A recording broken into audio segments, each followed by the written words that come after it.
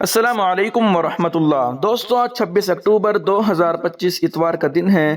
اس وقت کی بڑی بڑی رپورٹیں لے کر آپ تمام حضرات کے بیچ حاضر ہوا ہوں۔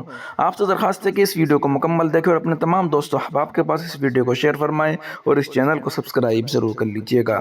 چلیے پہلی رپورٹ شروع کرتے ہیں۔ حضرت مولانا یاد الہی کے انتقال پر تعزیتی کلمات۔ انا للہ و انا الیہ راجعون۔ دل کو گہرا صدمہ ہوا یہ جان کر کہ حضرت مولانا عاشق الہی میرٹی رحمت اللہ علیہ کے پوتے، تنظیم ابنائے دارالعلوم دیوبند کے صدر اور معروف و محبوب عالم دین حضرت مولانا یاد الہی اب ہمارے درمیان نہیں رہے۔ حضرت نہایت خوش مزاج، ہنسمکھ ملنسار اور منجمد شخصیت کے مالک تھے۔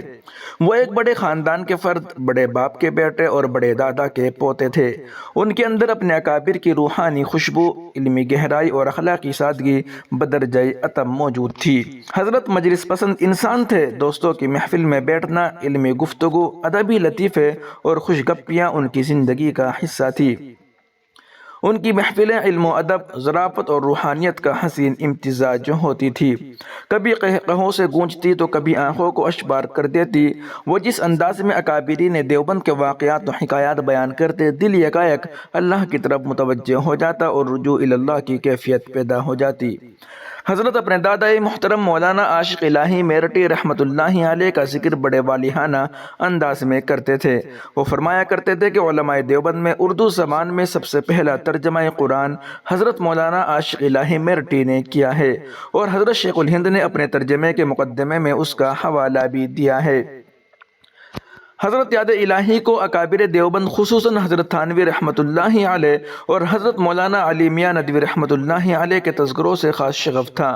وہ اکثر فرمایا کرتے تھے کہ حضرت علی میاں ندوی رحمت اللہ علیہ کی تحریر و تقریر میں جو غیرت و جرأت اور حمیت دینی پائی جاتی ہیں، وہ دراصل دارالعلوم دیوبند میں حضرت مدنی رحمت اللہ علیہ کی صحبت و تلمذ کا فیض ہے۔ مزاج میں ذرا آزادی تھی، اس لیے سیاست کا میدان بھی دیکھا، مگر ان کی اصل صلاحیت علم و فکر اور تعلق اکابر میں تھی۔ ہم کہا کرتے تھے جن کے ساتھ وہ سیاست میں لگے وہ خود بھی سیاست کے بڑے رموزدان نہ تھے، ورنہ یاد الہی سے بڑا سیاستداں کون تھا۔ حضرت کا مزاج ٹھیٹھ قاسمی تھا، علم گہرائی، دینی غیرت اور اعتدال ان کے گفتار و کردار میں جھلکتا تھا۔ آپ کے دوست و احباب، اقارب و متعلقین سب ان سے خوش رہتے، کیونکہ ان کی عادت تھی کہ ہمیشہ سامنے والے کو خوش رکھنے کی کوشش کرتے۔ آج وہ یاد الہی جو سب کو خوش رکھنے والے تھے، خود ہم سے جدا ہو گئے۔ ان کی محفلیں، ان کے لطیفے، ان کی قاسمی غیرت اور اکابر کے قصے دلوں میں ہمیشہ تازہ رہیں گی۔ اللہ تعالی حضرت کی مغفرت فرمائے، ان کی لغزشوں سے درگزر کرے اور جنت الفردوس میں اعلیٰ مقام نصیب فرمائے۔ ان کے جانے سے اپنا جانا یاد آ گیا، یقین ہونے لگا کہ دنیا کی یہ چمک دمک، گہما گہمی رونقیں اور حرکتیں سب فانی ہیں، باقی رہنے والی ذات صرف اللہ کی ہے۔ وہیں دوسری جانب بھوپال کا تاریخی عالمی تبلیغی اجتماع، بڑے پیمانے پر انتظامات و تیاریاں جاری، 12 لاکھ سے زائد فرزندان توحید کی شرکت متوقع۔ بھوپال کا تاریخی عالمی تبلیغی اجتماع کو دنیا کے سب سے بڑے اسلامی اجتماعات میں سے ایک کہا جاتا ہے۔ یہ صرف ایک اجتماع نہیں بلکہ روحانیت اور خدمت خلق کا ایک بے مثال مظہر ہے، جو لاکھوں دلوں میں اللہ کی محبت پیدا کر کے بندوں کو اللہ کے راستے سے جوڑتا ہے۔ مدھیہ پردیش کی راجدھانی بھوپال میں 78واں عالمی تبلیغی اجتماع 14 سے 17 نومبر تک اٹکھیڑی کے وسیع میدان میں منعقد ہو رہا ہے۔ یہ 4 روزہ اجتماع دینی اور روحانی لحاظ سے غیر معمولی اہمیت کا حامل ہے۔ اس سال دنیا کے مختلف ممالک کے علاوہ ملک بھر سے تقریباً 12 لاکھ شرکاء کی آمد متوقع ہے، جو گزشتہ سال کے مقابلے میں ایک بڑا اضافہ ہے۔ اجتماع کمیٹی نے اس بڑھتے ہوئی تعداد کے لیے خصوصی انتظامات کیے ہیں۔ اجتماع کمیٹی کے میڈیا انچارج ڈاکٹر عمر حفیظ کے مطابق تیاریوں میں 20% بہتری لائی گئی ہے۔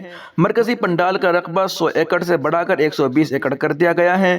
پارکنگ کے لیے 300 ایکڑ سے زیادہ جگہ مختص کی گئی ہے، جسے 70 زونز میں تقسیم کیا گیا ہے۔ یہ انتظام گاڑیوں کی آمد و رفت کو ہموار بنانے میں مدد دے گا۔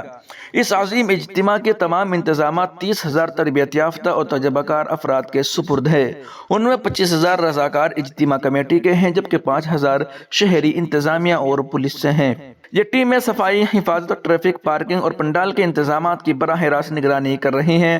ان کی محنت سے شرکاء کو بہترین سہولیات میسر آئے گی۔ اجتماع کے مقام پر لائٹنگ، ساؤنڈ، پانی، صاف صفائی اور کھانے پینے کے انتظامات میں نمایاں بہتری کی گئی ہے۔ اضافی ٹیوب ویل اور پانی کے ٹینکرز کی تعداد میں اضافہ کیا گیا ہے۔ فوڈ کارنرز کو بھی وسعت دی گئی ہے تاکہ شرکاء کو کھانے کے لیے طویل قطاروں میں کھڑا نہ ہونا پڑے۔ حفاظتی تقاضوں کے پیش نظر مرکزی پنڈال کی گنجائش کم کی گئی ہے۔ اس اجتماع میں ملک کے مختلف حصوں کے علاوہ بنگلہ دیش، خلیجی ممالک اور افریقہ سے بھی مہمانوں کی آمد متوقع ہے۔ غیر ملکی شرکاء کے لیے خصوصی خیمے اور ترجمانوں کا انتظام ہے۔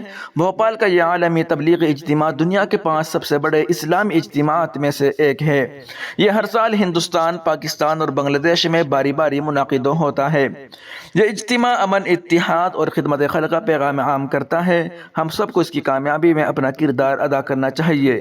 اس عظیم اجتماع کو کامیاب بنانے کے لیے نظم و ضبط، صفائی اور ٹریفک قواعد پر عمل کرتے ہوئے اس روحانی سفر کا حصہ بنیں۔ ناظرین و سامعین، ان اہم رپورٹوں کو آپ سن اور دیکھ رہے تھے محسن اسلام یوٹیوب چینل پر۔